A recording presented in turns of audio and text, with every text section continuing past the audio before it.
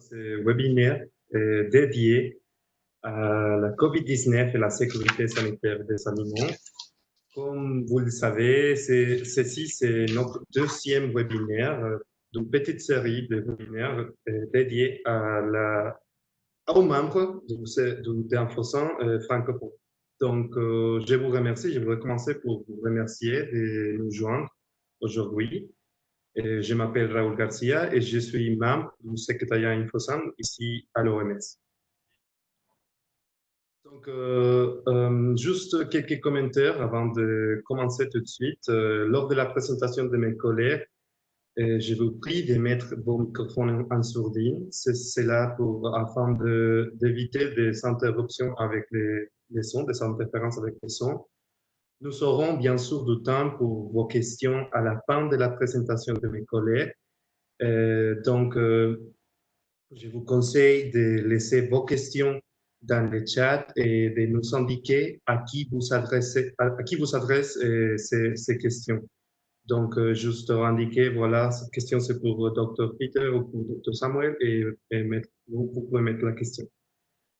Nous allons aussi partager avec vous les diapositives de cette présentation une fois que les webinaires soient finis. Donc, ne vous inquiétez pas, on va aussi partager ça avec vous. Donc, avec ça, on commence tout d'abord. Je vais juste vous présenter mes collègues aujourd'hui qui sont là pour présenter les thèmes. Donc, pour la première partie du webinaire, nous avons Dr. Peter Benembarek, expert en sécurité sanitaire des aliments et chef d'unité à l'OMS. Lui est aussi le chef de l'équipe Infosan. Et Dr. Peter va nous présenter les contextes épidémiologiques et nous va donner aussi une introduction sur le thème. Puis, il va aussi présenter un peu sur les orientations, les documents d'orientation qui ont été développés pour vous par rapport à la COVID-19 et la sécurité sanitaire des aliments.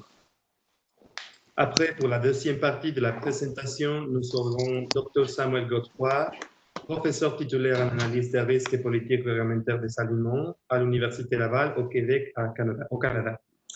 Et lui, il va nous présenter, nous parler un peu sur les défis rencontrés par les autorités de la sécurité sanitaire des aliments pendant cette épidémie. Et comme je viens de vous dire, à la fin, nous aurons du temps pour vos questions. Avec ça, je donne la parole à Dr. Peter Benembarek. Juste comme la dernière fois, Dr. Peter, vous pouvez juste m'indiquer quand vous voulez que je passe à la prochaine diapositive et je le fais. Donc, merci à nos présentateurs aussi et je donne la parole à Dr. Peter. À tout à l'heure. Merci. Bonjour et merci Raoul pour l'introduction. Et bonjour à tout le monde. Bon après-midi, bonne soirée, suivant les fuseaux horaires où vous vous trouvez. Et bonjour à mon collègue Samuel qui vient de nous joindre aussi.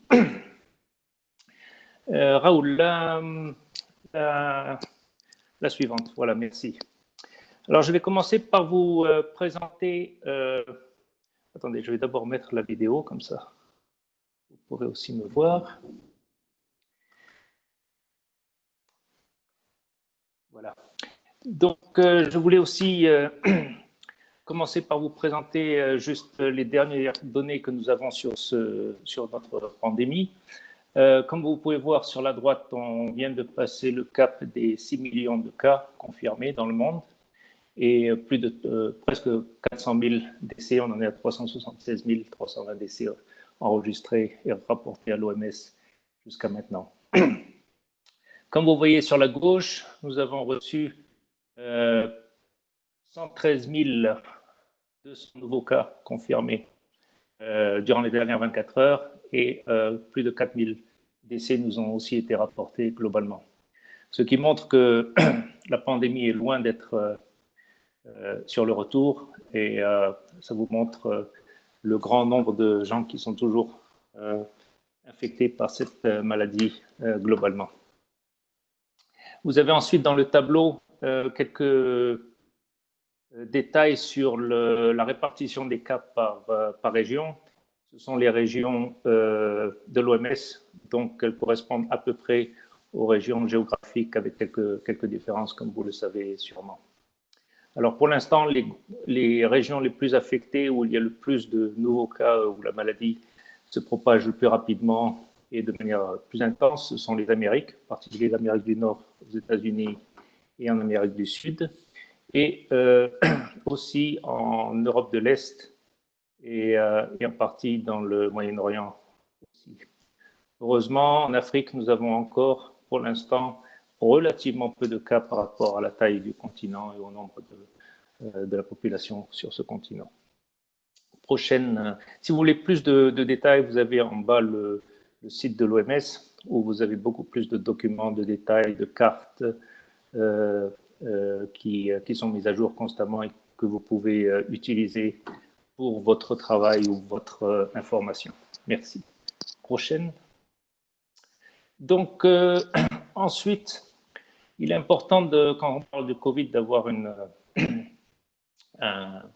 de comprendre un peu d'où il vient et comment ça a démarré.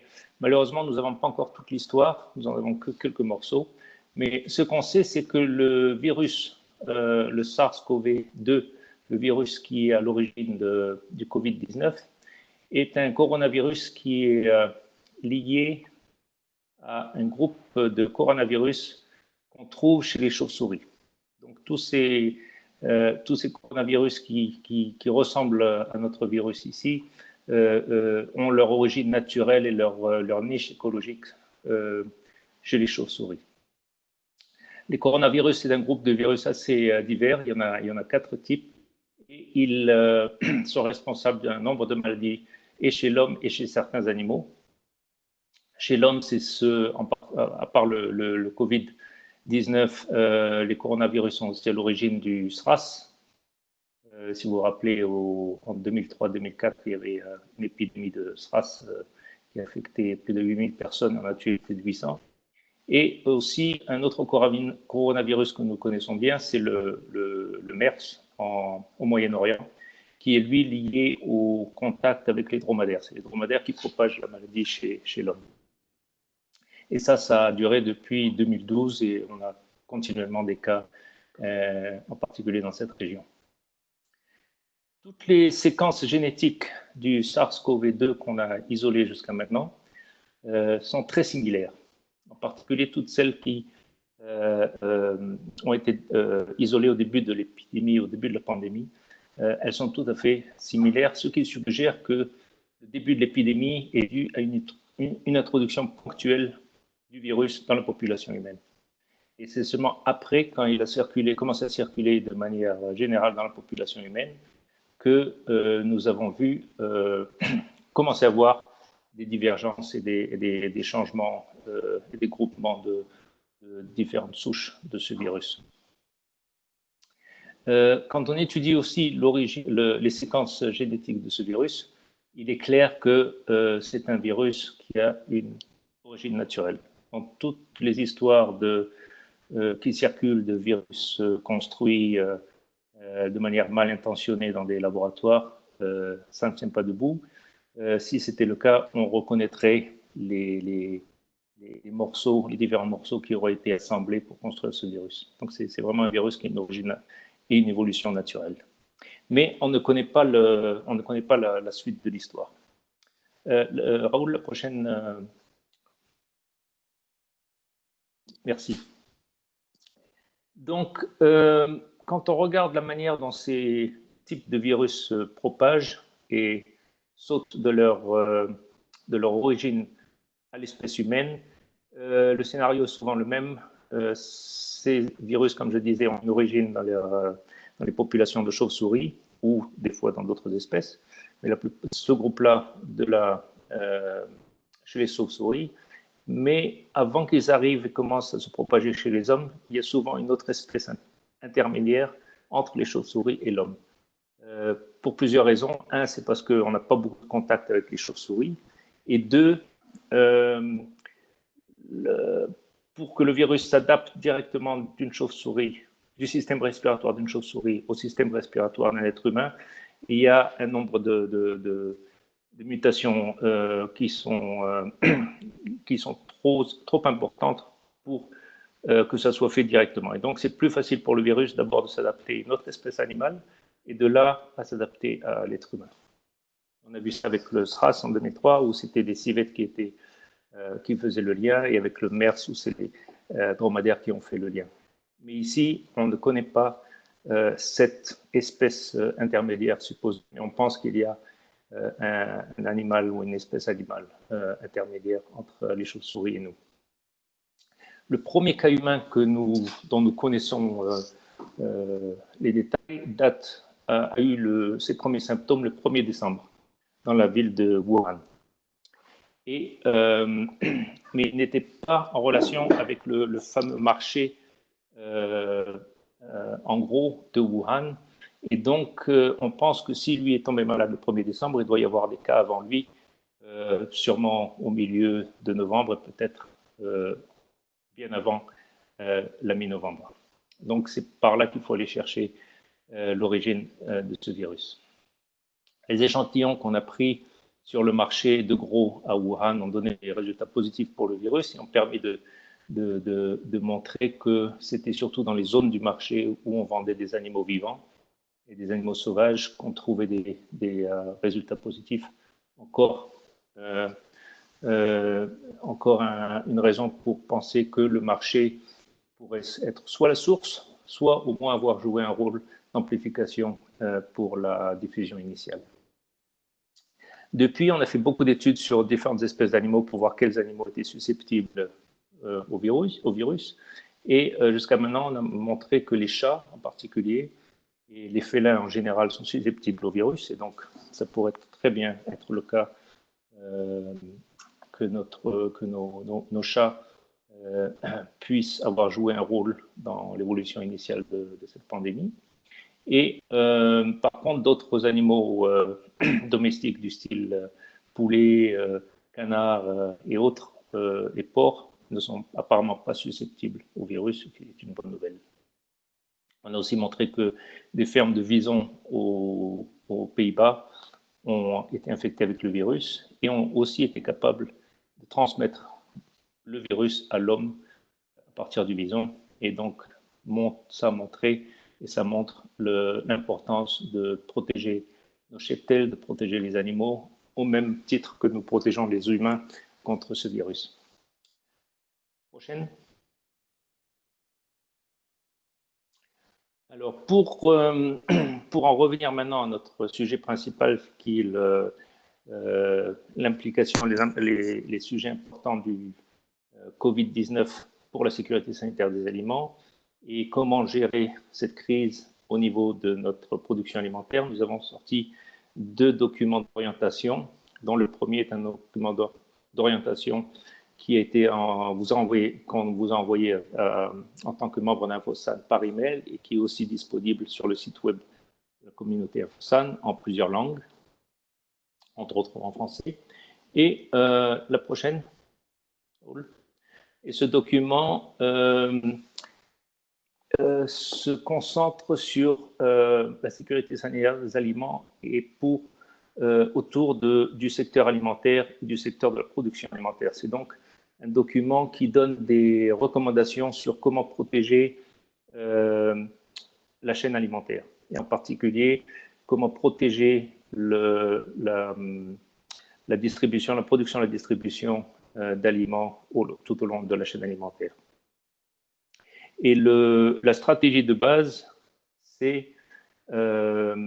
vient du fait que c'est un secteur très important qu'il faut absolument protéger au même titre que le secteur de la santé publique. On parle beaucoup de protéger les médecins, de protéger les infirmières, etc.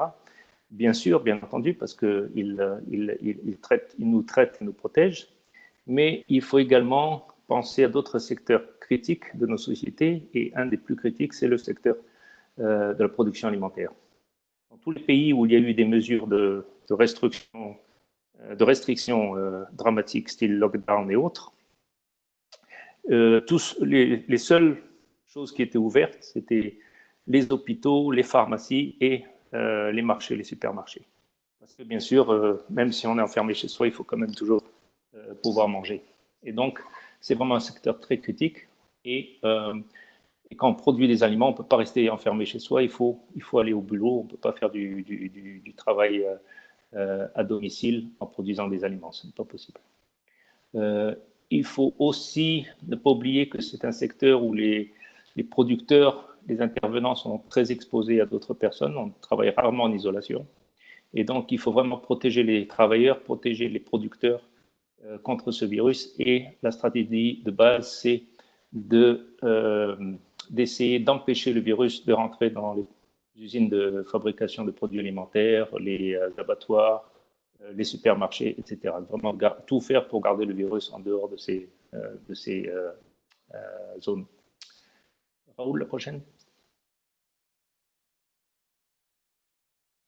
Donc, le document se concentre sur proposer une série de mesures pour protéger les travailleurs du secteur alimentaire contre le Covid-19, prévenir, comme je disais, l'introduction et l'exposition au virus ou sa transmission dans les sites de production ou de distribution des aliments, et renforcer les pratiques existantes en matière d'hygiène et d'assainissement. Parce qu'on a déjà, dans la production alimentaire, dans les usines, des méthodes, des procédures d'hygiène alimentaire, de nettoyage, de désinfection, pour tout autre danger qui existent.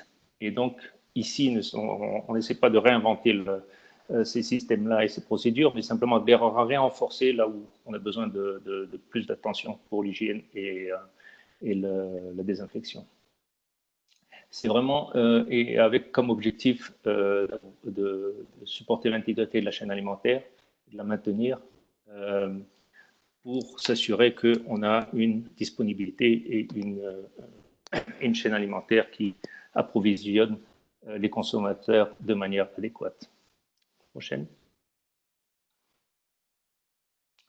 On a aussi parlé beaucoup de la transmission potentielle du Covid par les aliments. Alors, il faut être très clair à ce niveau-là qu'il est très peu probable que des personnes peuvent attraper le Covid-19 à partir de denrées alimentaires, soit en les consommant, soit en les touchant. Le Covid-19 est une maladie respiratoire, et ces maladies respiratoires ne sont pas transmises par les aliments, elles sont transmises par des contacts interhumains. Et en plus, nous savons que le virus du SARS-CoV-2, le virus du Covid-19, ne persiste pas de manière exceptionnelle dans l'environnement, et en particulier dans l'environnement alimentaire et autour des aliments. Donc, les mesures d'hygiène qu'on prend pour d'autres secteurs, pour d'autres environnements, sont parfaitement adaptées aussi au secteur alimentaire. La prochaine. Donc, dans ce document, on va voir aussi que l'un des éléments clés, c'est la protection des travailleurs, c'est-à-dire mettre en place des mesures dans les usines, dans les abattoirs, dans les supermarchés, etc., durant le transport des aliments, pour protéger les travailleurs, s'assurer que personne n'amène la maladie dans l'usine, parce qu'on a vu beaucoup de cas de par le monde où on n'a pas fait attention à ce sujet-là, et des travailleurs sont arrivés au travail, ils étaient malades, ils le savaient, ils sont quand même venus au travail, on les a laissés travailler, et ils ont démarré des épidémies dans les usines, et des centaines de travailleurs ont été rapidement infectés, et souvent les usines ou les abattoirs ont dû fermer, avec comme conséquence une perte énorme pour l'usine et l'entreprise en particulier, mais aussi pour l'approvisionnement en aliments que cette usine faisait partie. Donc vraiment un secteur très important et un aspect très important de protéger les travailleurs et de s'assurer qu'on ne fait pas rentrer le virus dans les usines. La prochaine. On parle aussi dans ce document de comment faire ça, c'est-à-dire comment utiliser les équipements de protection individuelle de manière adéquate, dans quelle situation il est recommandé de les utiliser, dans quelle situation ce n'est pas la peine, comment augmenter et assurer un minimum de distance physique durant la production d'aliments ou la vente au détail des aliments, ou durant le transport, et donc s'assurer qu'on applique les mêmes mesures qu'on a recommandés pour le reste de la société en les adaptant dans l'environnement de la production alimentaire. Prochaine, s'il te plaît.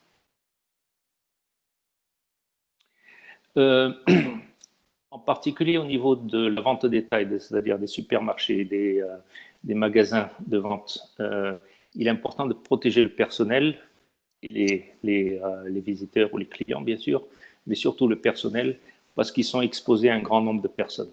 Ils sont exposés de manière journalière au flux des consommateurs et des gens qui viennent acheter dans ces magasins.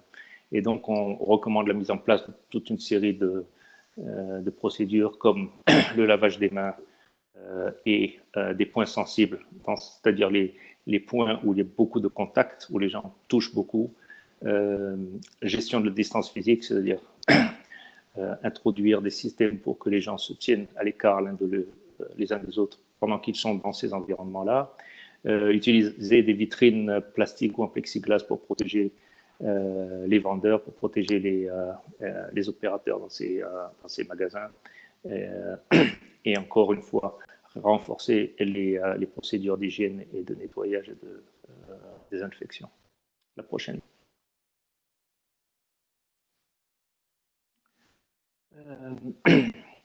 Donc, on part aussi dans ce document, il y a un chapitre qui couvre les cantines des personnels, qui aussi couvre la gestion de la distance physique dans ces environnements, de la même manière que on gère ces sujets dans les magasins eux-mêmes.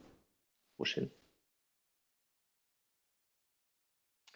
Le deuxième document que nous avons publié, c'est un document qui, lui, s'adresse aux autorités compétentes de contrôle de la sécurité sanitaire des aliments. Donc, ça reprend un peu celui-ci, vous l'avez reçu par email et il est aussi sur le site en plusieurs langues. Raoul, la prochaine.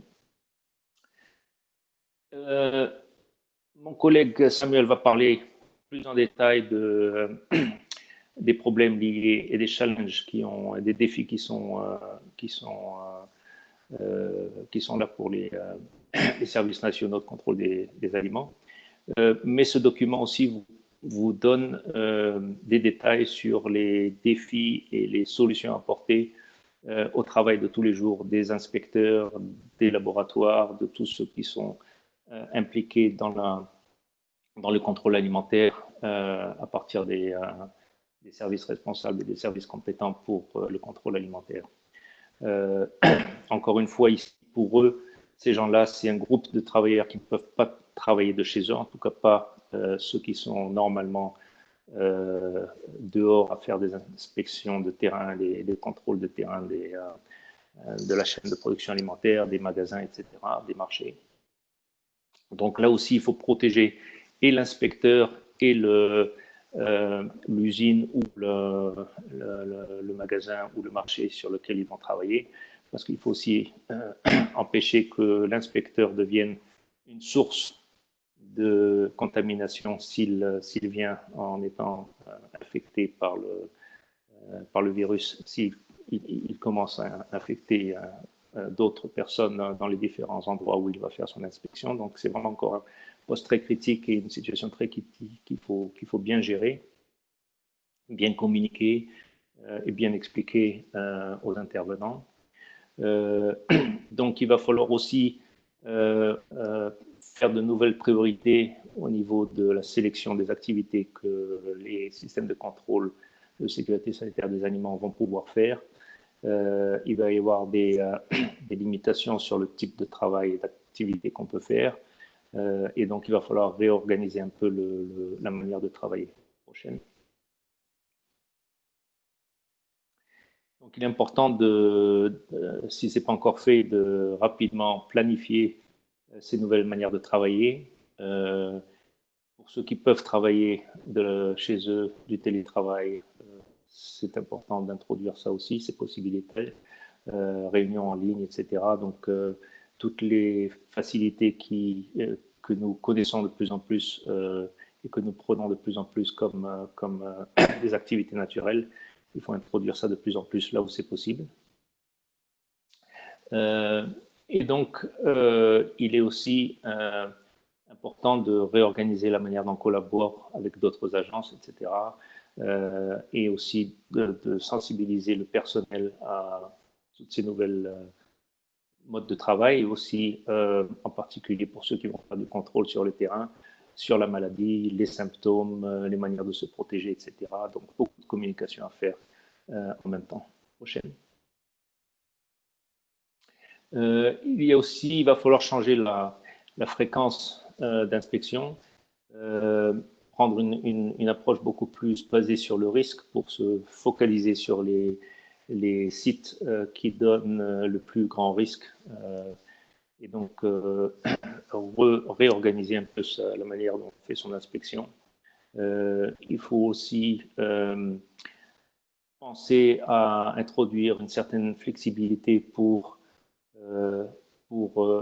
en réponse au fait que les producteurs vont de plus en plus avoir le problème d'approvisionnement. Ils vont devoir changer la composition de leurs aliments, souvent avec des ingrédients légèrement différents s'ils n'arrivent plus à s'approvisionner dans les ingrédients qu'ils avaient auparavant. Et donc, il peut y avoir un besoin de flexibilité au niveau de l'étiquetage, au niveau des systèmes HACCP, etc. Et donc, il faut vraiment prendre une approche très basée sur le risque pour se concentrer sur les vrais problèmes et pas simplement sur ce qu'on a l'habitude de faire et de dire. La prochaine. Il va y avoir aussi un changement au niveau de la distribution des activités, par exemple dans les zones et les endroits et les villes où tout ce qui est restaurant, café, tout ça, si c'est fermé, bon, ben, il y aura une période où il n'y aura pas de besoin d'inspection de ces restaurants et de ces cafés. Donc, on peut réorganiser, orienter cette capacité d'inspection vers d'autres zones, vers d'autres types de production alimentaire qui sont plus critiques et où il y aura plus besoin de personnel. Au niveau des laboratoires, il va y avoir des changements aussi parce que certains laboratoires vont être adaptés pour gérer, par exemple, des tests de Covid-19 pour aider le secteur de santé publique. Et donc, il y aura moins de capacité pour faire des analyses alimentaires. Mais d'un autre côté, il va falloir aussi être capable de maintenir une capacité minimum de ce côté-là. Donc, un besoin aussi de bien planifier, de réorganiser le travail de ces laboratoires. La prochaine. Un autre gros problème dont on a commencé à voir l'influence, c'est la fraude alimentaire. Encore une fois, comme on est en période de crise, en période d'incertitude, c'est toujours un moment où les fraudeurs voient une opportunité, et donc on commence déjà à voir une augmentation des cas de fraude alimentaire parce que souvent il y a moins de contrôle alimentaire, il y a une interruption de la chaîne d'approvisionnement souvent. Il y a des nouveaux fournisseurs qui se manifestent, qui sont inconnus ou qui ne sont pas bien identifiés. Donc, il y a aussi une grosse augmentation du commerce électronique et tout ça favorise malheureusement le risque de fraude. Et donc, il est très important de travailler avec l'industrie justement pour atténuer les risques de fraude dans notre domaine. Prochaine. Bien, alors moi je vais arrêter ici. Je vais passer le micro à mon collègue Sam Godefroy. Et puis pendant ce temps, je vais, je crois, essayer de répondre à toute une série de questions que vous avez posées sur la fonction chat. Et pendant ce temps-là, Samuel va nous parler des défis rencontrés par les autorités réglementaires. Samuel, à toi. Merci Peter et bonjour à toutes et à tous. Je suis ravi de participer à ce webinaire. Donc, je tiens à saluer toute la communauté francophone de InfoSan Et j'ai été ravi de voir beaucoup de noms de collègues que je connais. Et donc, je salue tous ceux que je connais ainsi que tous les collègues que je n'ai pas eu l'occasion de rencontrer en personne. Donc, je vais tenter en fait de partager avec vous certains éléments des défis qui peuvent être rencontrés particulièrement par les agences de réglementation des aliments, donc en fait les autorités compétentes. Beaucoup de ce que je vais partager, en fait, Peter, on a déjà touché un mot, donc je vais essayer de mettre en exergue un certain nombre d'éléments, mais je laisserai peut-être un peu plus de temps à la fin où on aura l'occasion éventuellement de partager ensemble si vous avez des questions ou des interrogations particulières. Donc, la prochaine diapositive, Raoul.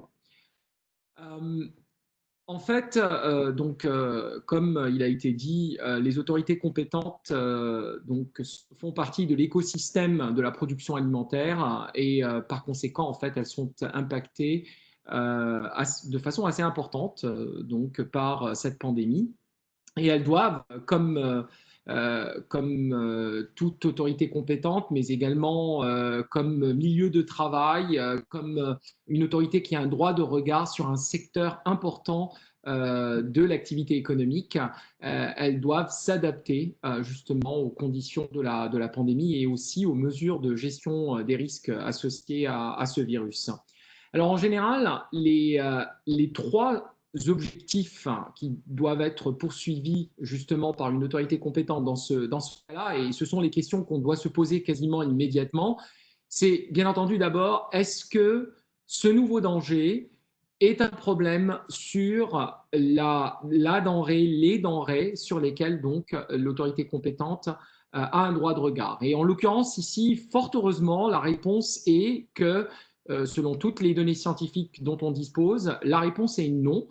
Ça n'engendre pas en fait un risque en soi. Donc finalement, ce danger-là n'est pas un danger alimentaire, et je dirais fort heureusement. Mais ça ne veut pas dire que c'est assez, ça ne veut pas dire qu'il n'y a pas d'autres dangers qui peuvent être introduits et auxquels il faut être sensible et auxquels il faut être vigilant.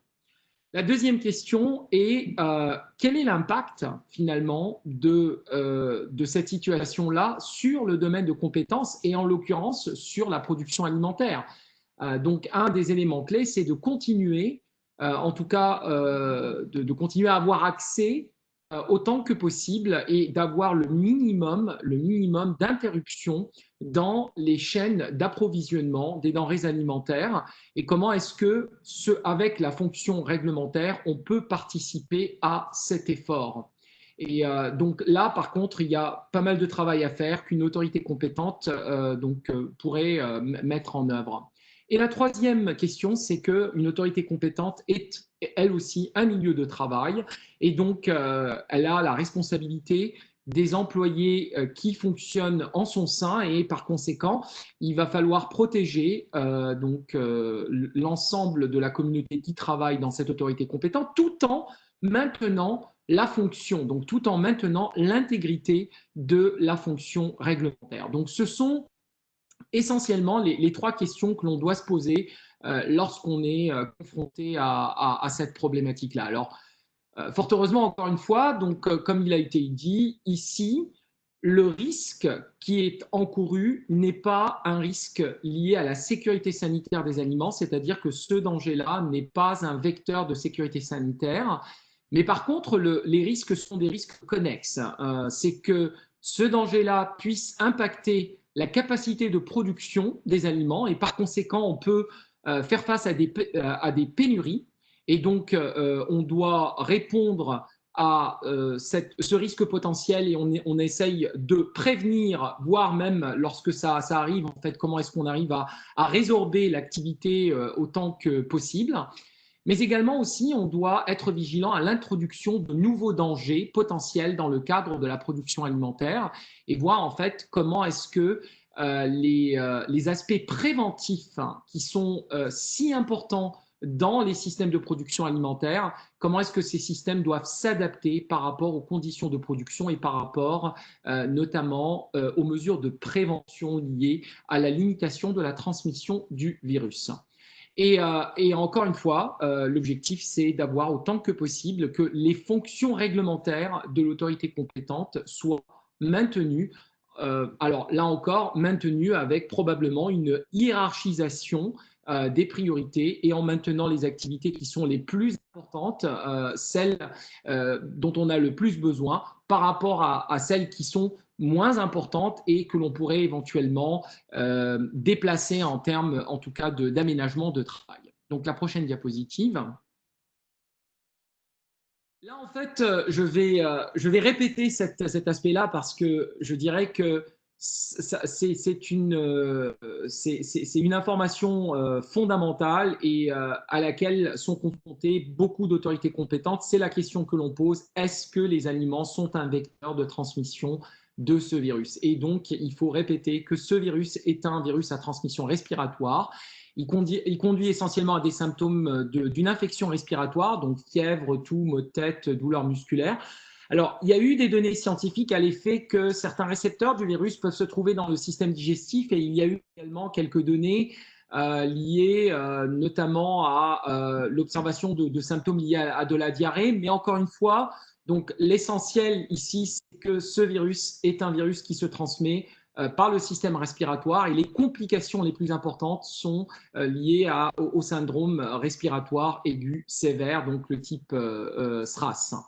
Donc encore une fois, alors pour la prochaine diapositive, le rôle des aliments, les aliments, selon encore une fois toutes les données scientifiques dont on dispose, les aliments ne sont pas un vecteur de transmission. Et là, la manière dont le virus se transmet, donc la prochaine diapositive, Raoul, s'il vous plaît, c'est que c'est une transmission qui se fait essentiellement entre les personnes, que les gouttelettes d'une personne infectée puissent arriver donc aux entrées du système respiratoire d'une autre personne. Et donc ça, c'est la transmission directe. Il y a également donc des indications d'une transmission indirecte, la prochaine diapositive, Raoul, qui est liée en fait à une transmission par l'intermédiaire des surfaces. Et donc qu'une personne infectée puisse avoir finalement des gouttelettes dans lesquelles le virus peut subsister, être présente sur une surface. Alors il y a des informations à l'effet que ces gouttelettes et le virus donc peut subsister sur ces surfaces pendant un certain nombre d'heures. On a même évoqué dans certains cas même des jours. Mais le problème, en fait, c'est qu'une personne saine puisse toucher finalement cette surface contaminée et puisse par la suite s'infecter via, encore une fois, les points d'entrée du système respiratoire. Et il est important finalement de connaître cet aspect-là parce que ça va par la suite guider les autorités compétentes dans la façon dont elles vont conseiller leurs parties prenantes et plus particulièrement le secteur de production industrielle. Donc, la prochaine diapositive, Raoul, s'il vous plaît. Alors, je réinsiste encore une fois sur un message clé qui est que les données dont on dispose actuellement, c'est que les aliments ne représentent pas un vecteur de transmission, même si on a eu des études qui ont démontré potentiellement la persistance du virus sur les surfaces alimentaires et notamment sur l'emballage des aliments.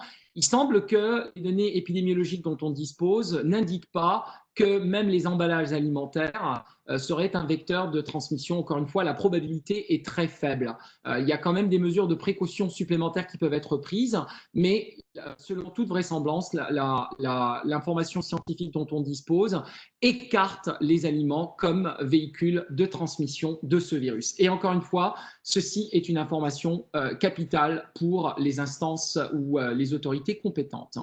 La prochaine diapositive, Raoul, s'il vous plaît. Donc là, je vais partager avec vous en fait un certain nombre de priorités qui devraient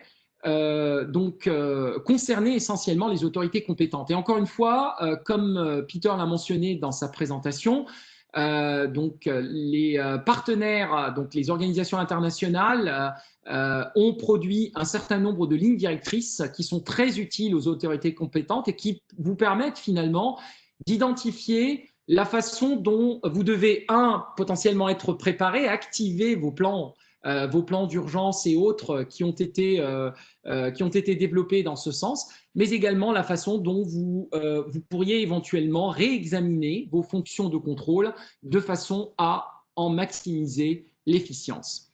Alors, une des premières priorités, c'est la priorité de pouvoir communiquer. Et je dirais que c'est dans ces situations-là que la fonction communication des risques, des principes ou du principe d'analyse des risques, c'est là où elle se manifeste le plus. Donc, il faut que l'autorité compétente puisse devenir le pôle, le point focal d'une information crédible.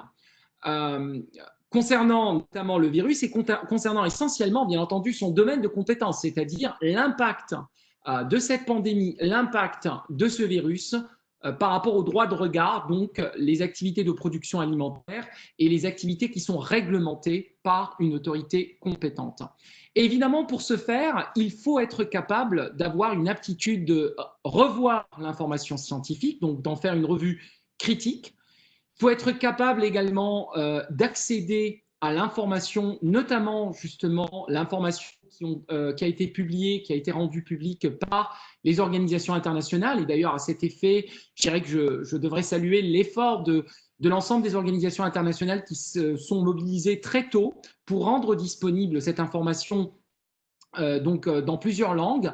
Mais là, en fait, il s'agit aussi de pouvoir en tirer l'essentiel et d'adapter cette information aux besoins des parties prenantes de l'autorité compétente. Là aussi, on sait que les capacités scientifiques de toutes les autorités compétentes sont quand même limitées, et dans ces cas-là, il faut donc se baser sur les collaborations, que ce soit dans le cadre de réseaux comme InfoSan ou encore de réseaux potentiellement à une échelle régionale où on peut faire appel justement à la collaboration de plusieurs collègues. Et il est indispensable également que l'information soit cohérente. On ne peut pas se permettre en temps de crise que l'information, donc la communication des risques, puisse se baser ou puisse conduire à une cacophonie de l'information. Et je dirais qu'il faudrait rester factuel, parce que dans un contexte comme celui-ci qui est essentiellement gouverné par l'information scientifique, il faut adopter les principes de communication des risques, communiquer ce que l'on sait de façon la plus simple possible et donc de le rendre accessible à notre auditoire, mais également il faut communiquer les incertitudes associées à l'information que l'on communique, et il ne faut pas avoir peur de communiquer cette incertitude. L'essentiel, je dirais, et le défi majeur, surtout dans les temps qui courent, c'est de pouvoir avoir une position audible.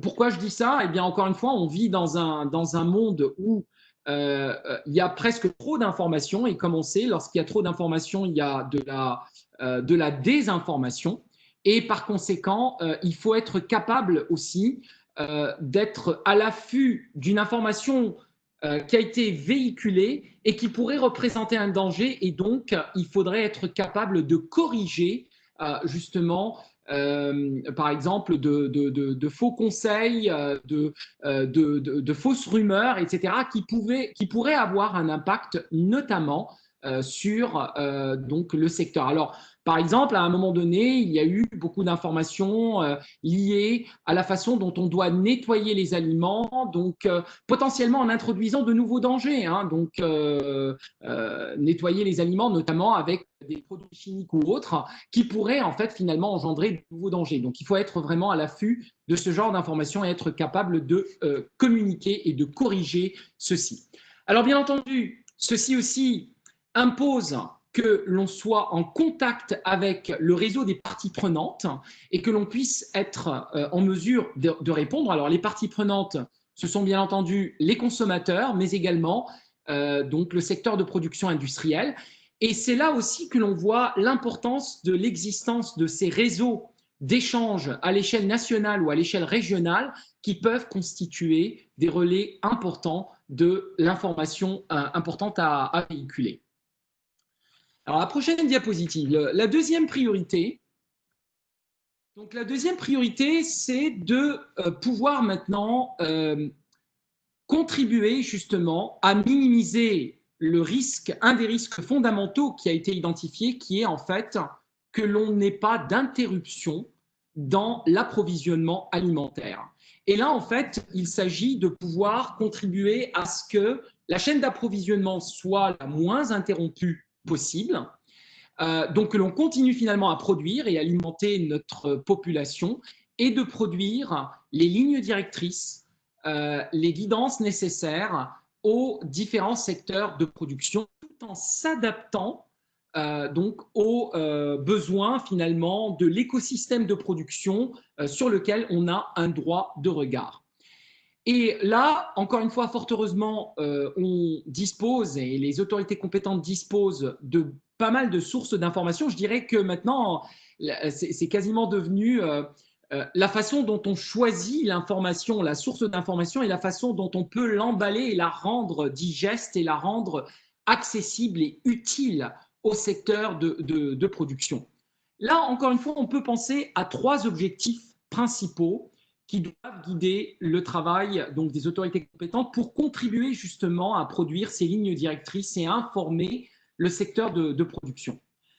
D'abord, en fait, il s'agit de, comme l'a dit Peter, en fait, le point principal, éviter que le virus ne rentre dans les établissements de production alimentaire. Et éviter, minimiser ce risque-là, essayer de protéger autant que possible les travailleurs du secteur de la production alimentaire. Pourquoi? Parce qu'encore une fois, eux, ils n'ont pas le luxe, si vous voulez, de pouvoir travailler à distance.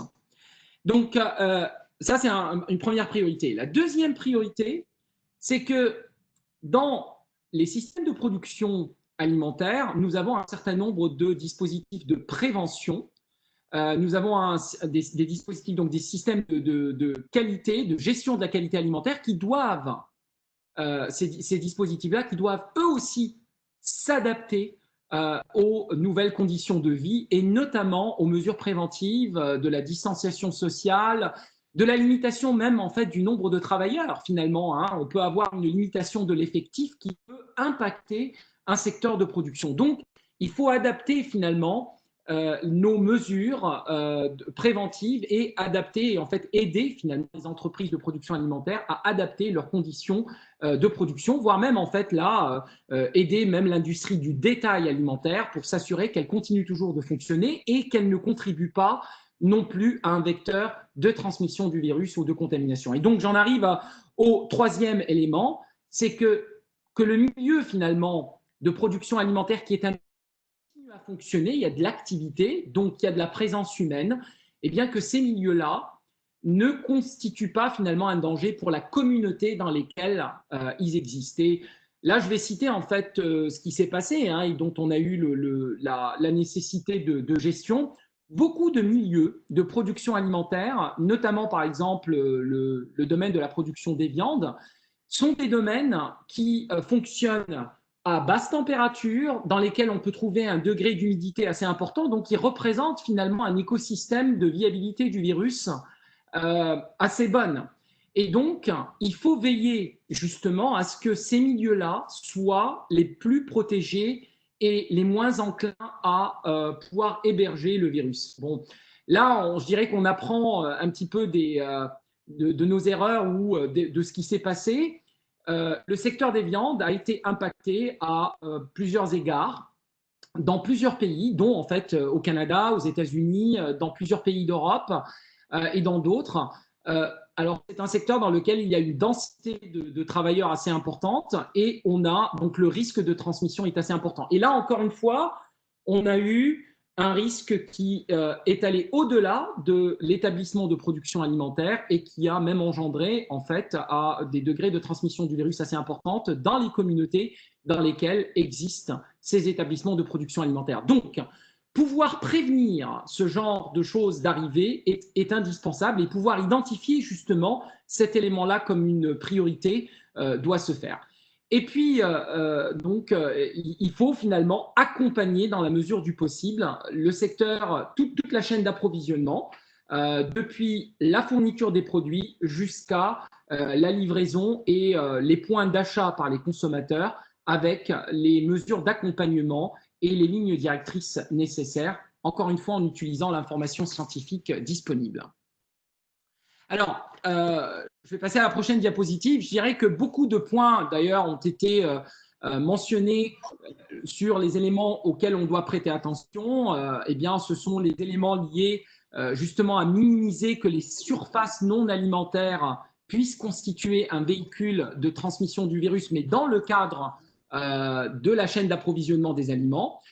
Également, en fait, l'adaptation de l'ensemble des mesures de protection personnelle dans un milieu de production alimentaire. Alors, fort heureusement, je vous dirais que dans notre secteur, dans le secteur de production alimentaire, il y a beaucoup de mesures de prévention qui sont déjà mises en œuvre. Il s'agit en fait de s'assurer de les renforcer ou de les adapter par rapport aux nécessités de prévention de la transmission du virus. Alors, je vais passer quelques minutes maintenant, et la prochaine diapositive, sur la préservation de l'intégrité de la fonction réglementaire donc d'une autorité compétente. Et donc ça, c'est la troisième priorité. Donc comme il a été dit, une autorité réglementaire, une autorité compétente, c'est aussi un milieu de travail. Il va être impacté donc par l'ensemble des mesures qui sont énoncées et qui doivent être suivies dans chaque pays. Notamment en fait par des nécessités de réduction d'effectifs en présence. Donc, la plupart des autorités compétentes ont été confrontées à travailler avec un effectif réduit et donc à adapter leur fonction réglementaire ou la livraison de leur fonction réglementaire à la nouvelle situation. Justement, il s'agit ici de maximiser cette faculté d'adaptation. Pour pouvoir le faire, il faut en général avoir des plans qui permettent justement d'anticiper ce genre de situation. Et c'est là qu'on ressent l'importance de développer, voire même de pratiquer des plans d'urgence ou des plans de continuité des activités, c'est-à-dire des plans qui nous permettent de fonctionner dans des situations anormales. On n'est pas nécessairement dans le milieu de travail, on n'a pas forcément tous les outils dont on pourrait avoir besoin et qui pourraient nous être utiles en fonctionnement normal. Et donc, il s'agit d'être capable d'activer ces plans et de pouvoir les mettre en œuvre. Alors, si on n'en a pas, je dirais que c'est là qu'il faut en apprendre.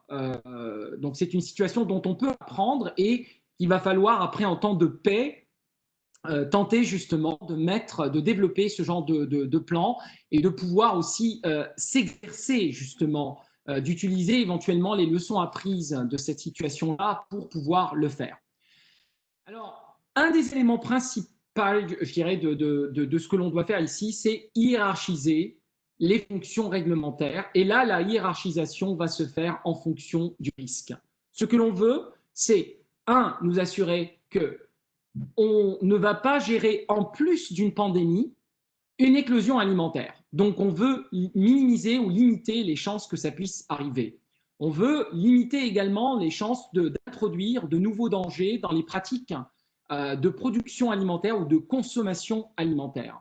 Et donc, je dirais qu'on doit focaliser ou on doit concentrer finalement son attention à la façon dont on peut faire ce genre de choses. Alors, là encore, les agents ou les professionnels qui peuvent travailler à distance, on essaye de les faire fonctionner à distance et justement d'activer les plans d'urgence et les plans de continuité des activités pour que ça puisse fonctionner. Il y a d'autres activités telles que les activités d'inspection ou autres qui doivent se faire sur place. Et là, par contre, il va falloir justement prioriser ces activités-là de façon à porter attention aux secteurs les plus vulnérables. Secteurs les plus vulnérables, de par, le risque de sécurité sanitaire, donc le risque que ça puisse engendrer une éclosion alimentaire, et je dirais donc vulnérabilité en termes de l'aspect critique du secteur de production par rapport à l'approvisionnement alimentaire. Un exemple, il y a beaucoup de pays qui reposent énormément, où leur chaîne d'approvisionnement va être très dépendante du secteur des importations. On ne peut pas se permettre de laisser des denrées alimentaires être bloquées dans des points d'entrée au pays à cause justement, ou qui peuvent souffrir justement des conséquences de la pandémie. Et on doit mettre en œuvre l'ensemble des processus qui permettent d'alléger ou de s'assurer en fait que le flux des denrées alimentaires continue de façon à avoir le moins d'interruptions possible. Alors, bien entendu, pour pouvoir faire ça, on ne peut pas, je dirais, faire plus avec moins. Donc, il va falloir adapter d'autres fonctions. L'adaptation d'autres fonctions, c'est qu'un certain nombre de fonctions administratives, par exemple, devraient être allégées et on devrait faire preuve, notamment d'innovation, pour pouvoir adapter la façon dont on livre certaines fonctions réglementaires. Par exemple, les fonctions d'enregistrement, d'établissement, les fonctions de renouvellement de certaines licences.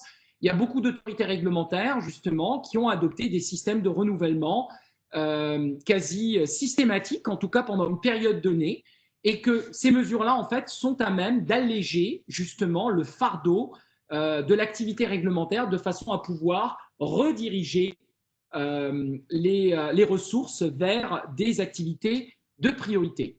La même chose, en fait, pour d'autres fonctions, réglementaires, du genre, il y a certaines autorités compétentes qui doivent approuver les étiquettes. Donc, si il s'agit en fait d'une activité certes importante pour l'intégrité de l'apport alimentaire, mais en termes de risque, elle représente un moindre risque, surtout si on écarte le risque lié aux allergies alimentaires, c'est-à-dire qu'on reste vigilant à cet aspect-là. Donc, tous les risques de sécurité sanitaire, on y prête attention, mais certains autres risques liés à la qualité alimentaire peuvent être priorisés dans un moindre degré. Donc, ce sont un certain nombre de mesures qui peuvent être prises. Alors, on a vu un degré d'innovation qui va jusqu'à, et donc ça s'est vu en fait, à ce qu'un audit puisse se faire à distance. Donc, notamment utiliser les technologies pour pouvoir, par exemple, faire la visite d'un établissement de production alimentaire à distance en utilisant, par exemple, les technologies de l'information comme ce genre de technologie-là. Donc, voilà en fait un certain nombre d'éléments auxquels on doit prêter attention. Alors, dans d'autres cas, il va falloir aussi anticiper un certain nombre de dangers et être capable de pouvoir répondre aux demandes et notamment aux demandes de conseil du secteur de production. Alors là, en l'occurrence, il y a eu beaucoup de questionnements sur les produits chimiques qui peuvent être utilisés dans le cadre des processus d'assainissement, que ce soit en fait corporel, donc le lavage des mains, mais également en fait de ce que l'on peut utiliser dans un milieu de production alimentaire. Alors, on sait que cet aspect-là est un aspect qui est réglementé plutôt de façon, je dirais, soft, c'est-à-dire que dans la plupart des systèmes de contrôle des aliments, il n'y a pas forcément un système d'approbation avant mise sur le marché sur l'utilisation de ce genre de produits. Il faut être capable de pouvoir guider les entreprises de production alimentaire vers potentiellement une liste positive de produits, voire même, en tout cas, de pouvoir, d'écarter un certain nombre de produits qui pourraient être néfastes et qui pourraient introduire un danger supplémentaire, que ce soit sur la santé des travailleurs, donc des opérateurs, mais également sur la santé des consommateurs. Donc, il faut être vigilant justement sur ces aspects-là et anticiper ce genre de danger naissant. Et en fait, là, je vais conclure parce que je pense que j'ai déjà atteint donc le temps qui a été imparti à cette présentation. Donc, je vous dirais qu'il faut, dans la mesure du possible, que les autorités compétentes puissent allier proactivité, donc être à l'affût justement de ces dangers naissants, être capable d'adapter la réponse par rapport au secteur qu'ils réglementent. Donc, tous les pays ne sont pas pareils, tous les secteurs de production alimentaire ne sont pas pareils, et donc il faut s'adapter aux réalités nationales, locales, et en même temps donc faire preuve de réactivité donc en réponse à la demande donc des parties prenantes, notamment les consommateurs et le secteur de production. L'aspect collaboratif et l'aspect échange n'est jamais aussi important que dans un contexte de crise. On ne peut pas tout faire tout seul. Et c'est là qu'en fait, reposer justement sur les efforts les uns les autres est très important. Et là encore, on continue de vivre cette crise. On est en train d'apprendre, on continue d'apprendre en fait tous les jours. On collecte de l'information scientifique, on adapte nos mesures de gestion. et il sera indispensable d'en tirer les conséquences par la suite, même sur nos fonctions. En fait, il est clair que les fonctions réglementaires post-Covid et la façon dont elles sont délivrées vont probablement être différentes de la façon dont on les a imaginées avant cette situation donc, de la pandémie du Covid. Et il va falloir, encore une fois, être capable de rentabiliser cette crise, c'est-à-dire de passer d'une crise à une opportunité et de pouvoir justement en tirer profit pour adapter nos mesures, encore une fois avec l'objectif de protéger le consommateur et permettre au secteur de production de continuer à progresser. Voilà, j'espère que j'ai complété un petit peu. Je n'ai pas voulu répéter finalement le contenu des lignes directrices qui ont été émises par l'OMS et la FAO. J'ai essayé autant que possible de donner des exemples pratiques. Et encore une fois, merci pour l'opportunité de participer à ce webinaire. Merci beaucoup, Dr. Samuel, et aussi merci beaucoup à Dr. Peter Benenbarek pour cette très intéressante présentation. Donc maintenant, on aura du temps pour vos questions. Peut-être qu'on n'aura pas tout le temps pour adresser toutes vos questions. Et à moi, je voudrais juste vous rappeler que sur le site web de la communauté InfoSum, nous avons publié les réponses à quelques de vos questions sur la COVID-19. Ceci est disponible en français, bien sûr, donc vous pouvez consulter ces questions-là. Aussi, vous pouvez consulter le site web de l'OMS pour obtenir toutes les informations dans le nombre de cas et d'autres questions, aussi tous les documents d'orientation disponibles, pas seulement sur la sécurité sanitaire des aliments, mais bien sûr dans d'autres domaines. Vous pouvez tout trouver dans le site web de l'OMS. Je vois aussi que Peter, il a répondu déjà à quelques de vos questions dans le chat et je vois qu'on a eu une très intéressante discussion. On a aussi un document qui a été partagé par les collègues de l'ANSES sur la persistance du virus dans les milieux aquatiques. Donc, si vous avez besoin de consulter ça, ou si vous êtes curieux, donc vous pouvez aller là pour consulter. Et aussi, quand vous recevez cette présentation, vous aurez les liens pour ces deux sites web. Donc, ne vous inquiétez pas. Aussi, je vois que quelques de vos questions ont été déjà répondues par Dr. Peter et Dr. Samuel lors de leur présentation. Donc, je vais essayer juste de lire les questions qui n'ont pas été répondues. Donc, la première, pour Dr. Samuel, nous avons une question concernant... Raoul, je vais partir, quitter le séminaire maintenant. S'il y a des questions pour moi, tu peux les copier et me les donner par mail et on pourra répondre après. Oui, bien sûr, Peter. Merci beaucoup. Ou bien si Samuel ne peut pas répondre, je suis sûr qu'il peut répondre à la plupart des questions. Merci. Merci, mille merci, Peter. Okay. Au revoir. J'enverrai les questions. Donc, comme vous avez entendu, si vous avez des questions pour Dr. Peter, vous pouvez les laisser dans le chat et après, je renvoie à lui. On répond après.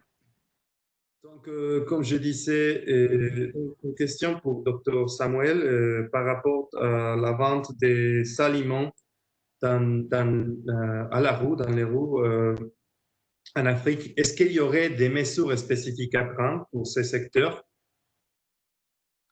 En fait, ce sont véritablement les mesures liées à la mise en œuvre donc, de la distanciation physique dans ce cadre-là et aussi en fait, de limiter finalement que des surfaces non alimentaires puissent contaminer justement des surfaces alimentaires. Donc, ce sont essentiellement les mesures qui sont préconisées.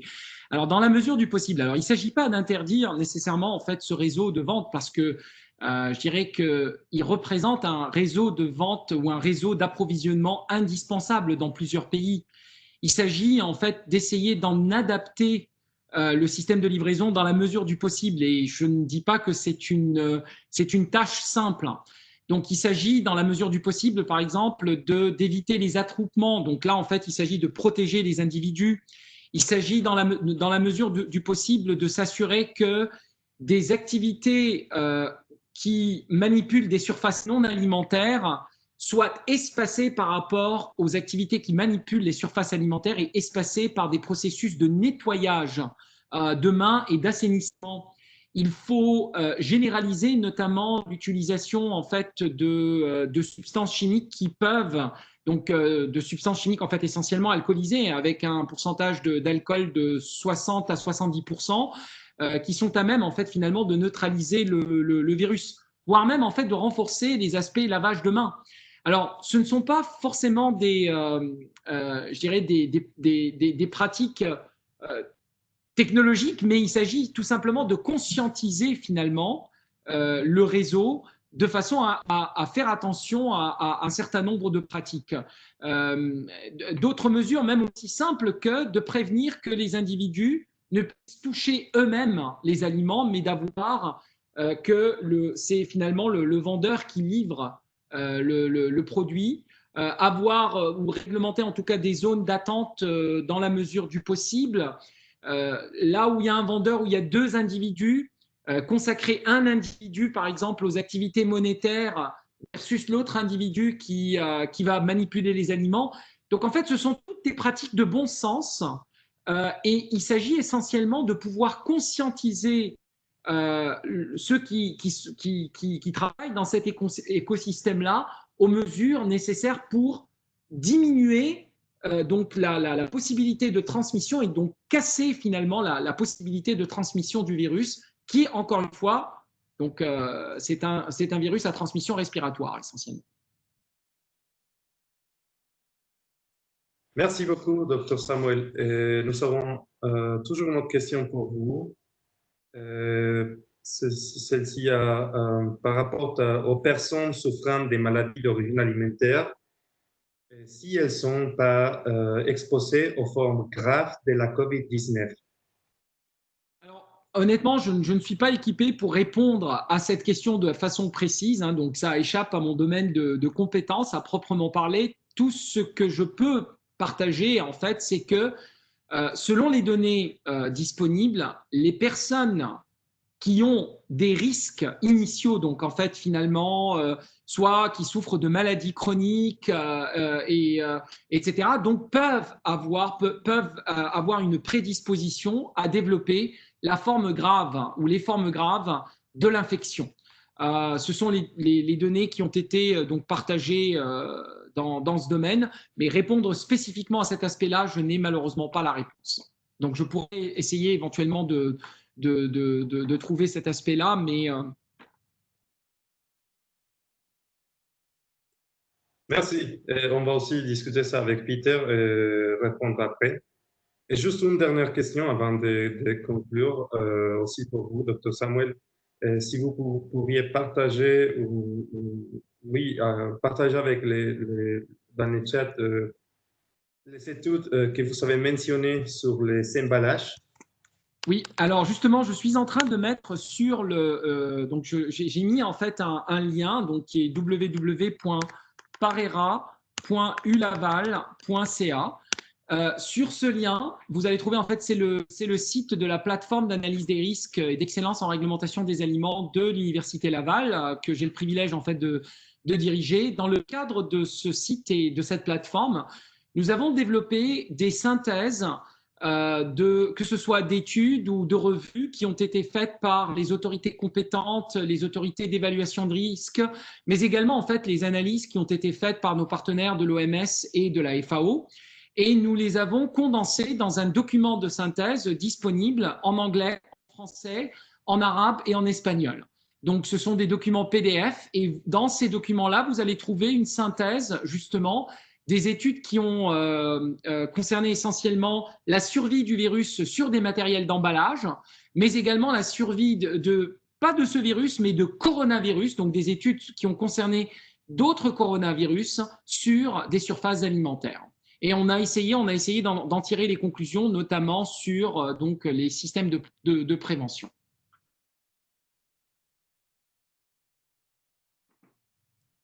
Merci beaucoup. Donc, on va finir le webinaire. Juste vous répéter que vous allez recevoir cette présentation et aussi l'enregistrement du webinaire. Donc, ça peut-être va prendre un petit peu de temps. Donc, vous pouvez l'attendre vers la fin de la journée de ce mois. Et donc, si vous avez des questions, toujours, vous pouvez nous contacter, bien sûr. Et avec ça, je finis. Je vous remercie. Je remercie aussi Dr. Samuel de nous avoir joints ces journées et aussi de sa présentation. Et je remercie aussi tous les membres qui ont participé à ces webinaires et à cette série. Je vous souhaite une très bonne fin de la journée ou journée, ça dépend d'où vous êtes, et à bientôt. Merci beaucoup. Merci à toutes et tous. Au revoir.